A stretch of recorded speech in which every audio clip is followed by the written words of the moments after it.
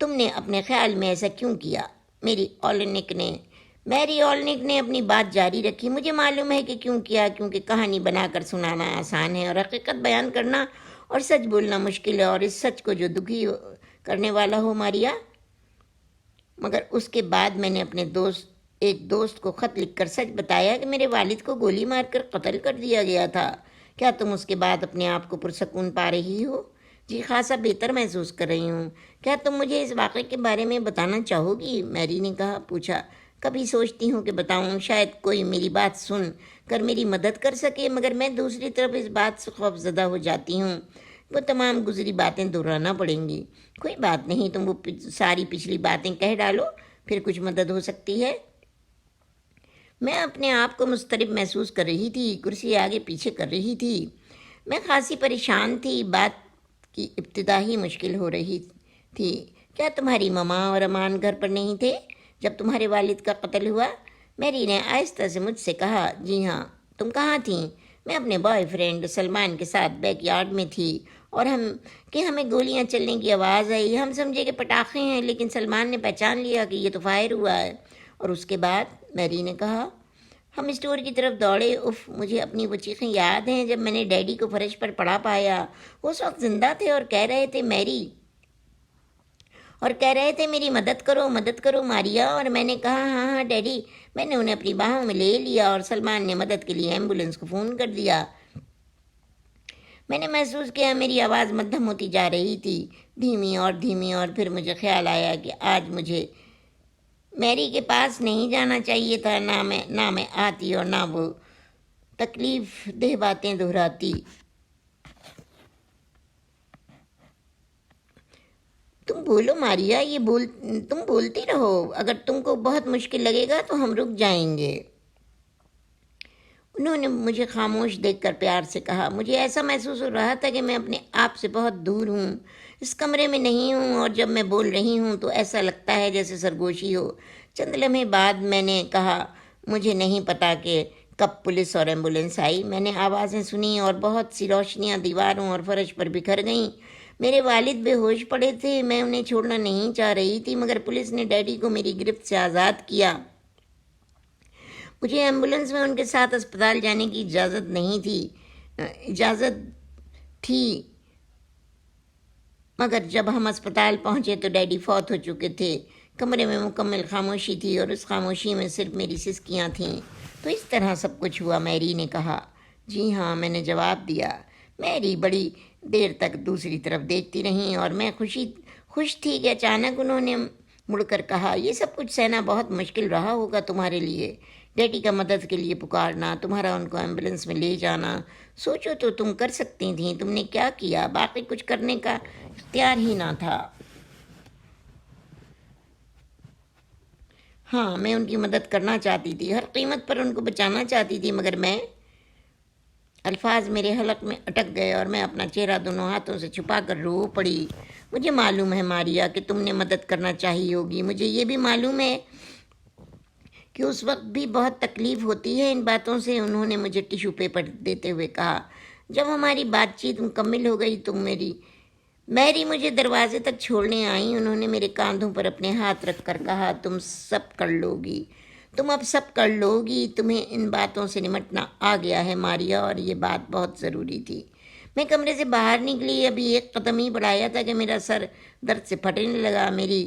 جب میری دروازہ بند کرنے والی تھی تو میں نے ان کے نزدیک جا کر کہا، ابھی بھی میں نے آپ کو سب کچھ نہیں بتایا، میں نے آپ کو ہر طرف پھیلے خون کے بارے میں کچھ نہیں بتایا۔ یہ کہہ کر میں واپس پلٹی اور دوڑ پڑی۔ میں گھر تک دوڑتی آئی اور سیدھی اوپر چلی گئی۔ میں نے اپنی الماری کی دراز کھولی اور پھر بند کر دی۔ میرا دل زور زور سے دھڑک رہا تھا۔ میں اپنے بیڈ کے کونے پر بیٹھ گئی۔ میں پسینے میں نہا گئی، پھر میں دوبارہ کھڑی ہو گئی، دوبارہ دراز کی طرف گئی اور اسے کھولا۔ اس سے پہلے کہ کوئی اور خیال آئے، میں نے پھرتی سے دراز سے براؤن رنگ کا بڑا سا تھیلا باہر نکالا، پھر اپنے بکس سے ایک بریڈ کاٹنے کا چاقو نکالا اور اسے براؤن تھیلے میں ڈالا۔ زینے سے نیچے دوڑی اور تیزی سے بٹسی آنٹی کی سائیکل نکالی اور سیدھی گھاٹیوں کی طرف دوڑ پڑی۔ گھاٹی سے نیچے اترنے میں خاصی تکلیف ہوئی، مگر میں